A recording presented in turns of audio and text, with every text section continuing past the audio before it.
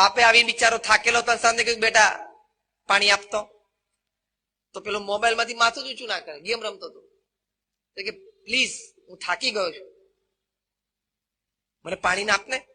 તો કે ડેડ હું થાકી ગયો છું. ડેડ કે તું તો તારે તો વેકેશન છે, તું તો આખો દિવસ ઘરે હતો. કે સી આઈ એમ બિઝી, હું થાકી ગયો. આમાં જો આંગળીઓ કેવી દુખે છે લો. કારણ કે ક્યારે એને એના બાપને એના દાદાને પાણી આપતા જોયા નતા. આ વાતમાં ઘણું સમજી જજો. હા, તમારે તમારા સંતાનોને સંસ્કાર આપવા પડશે. મારે એને ટીવી દેખાડીને ઇન્ટરનેટ થી એક્સપોઝ કરીને મારે એનો આઈક્યુ વધારવો છે, પણ એનો ઈક્યુ અને એસક્યુ વધારવો પડશે. આઈક્યુ તો છેલ્લે આવી ગયો. More than that is EQ, emotional quotient. એનાથી આગળની વાત આવી ગઈ સ્પિરિચ્યુઅલ કોશન્ટ. તો ઈક્યુ અને એસક્યુ ની વધારવો પડે. તમારી સ્કૂલમાં ખાલી આઈક્યુ ટેસ્ટ લેશે.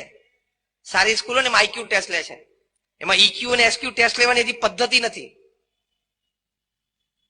તો એ બધી લાગણી, ભાવના, પ્રેમ ને શુભેચ્છા, ચાર વાતો એને તમે આ સંસ્કાર આપશો તો ઉગશે.